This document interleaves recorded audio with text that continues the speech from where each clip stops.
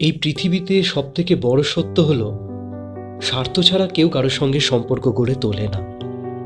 সে আমি আপনি যেই হই না কেন, আমরা সর্বক্ষণ ব্যস্ত থাকি, কিন্তু সেই ব্যস্ততা সবসময় আমাদের নিজেদের নিয়েই চলতে থাকে।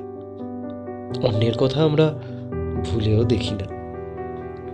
অতীতের সব দুঃখ, কষ্ট, দুর্বিষহ, যন্ত্রণার কথা ভুলে অতীতের অভিজ্ঞতা আর শিক্ষা নিয়ে গোটা বছরটা আমাদের চলতে হয়। নিজের মনের সঙ্গে নিজের লড়াইটাই কঠিন হয়ে যায় কখনো কখনো। নিজে ভালো মানুষ হয়ে নিজের পরিবারের সকলে যাতে ভালো থাকে, সেটা খেয়াল রাখাটা যেমন আমার নিজের দায়, ঠিক তেমনই আমাদের আত্মীয় স্বজন, বন্ধু বান্ধব আর যারা শুভাকাঙ্ক্ষী হিসাবে আমাদের সাথে মেলামেশা করে, তারাও যাতে ভালো থাকে, সেটাও কিন্তু আমার নিজেরই সামাজিক কর্তব্যের মধ্যে পড়ে। কারণ সব দুঃখ কষ্টের মাঝে সময় আর খুশির মুহূর্তগুলো অতি ক্ষুদ্র, রাতের অন্ধকারে জ্বলে ওঠা অসংখ্য জোনাকির মতো। সেখানে আলো তো দেখতে পাওয়া যায়, কিন্তু সেই আলো অন্ধকারটাকে দূর করতে পারে না।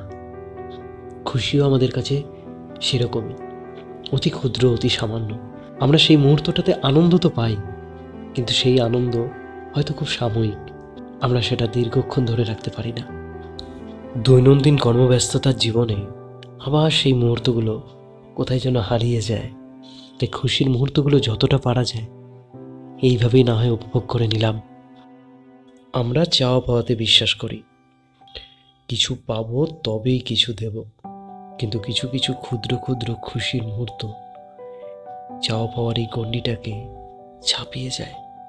তখন সব কিছুর বিনিময়ে সেই খুশিটুকু পাওয়ার জন্যই আমরা মরিয়া হয়ে উঠি।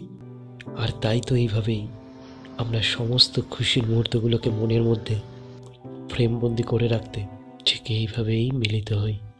আমি যে এই সুন্দর সুন্দর কথাগুলো বললাম, এগুলো একটাও আমার কথা নয়। এই কথাগুলো আমি এই বইটা থেকে পেয়েছি। এই বইটা আমারই মামার লেখা। আজকের এই খুশির মুহূর্তটা আমার মামাই অ্যারেঞ্জমেন্ট করেছে।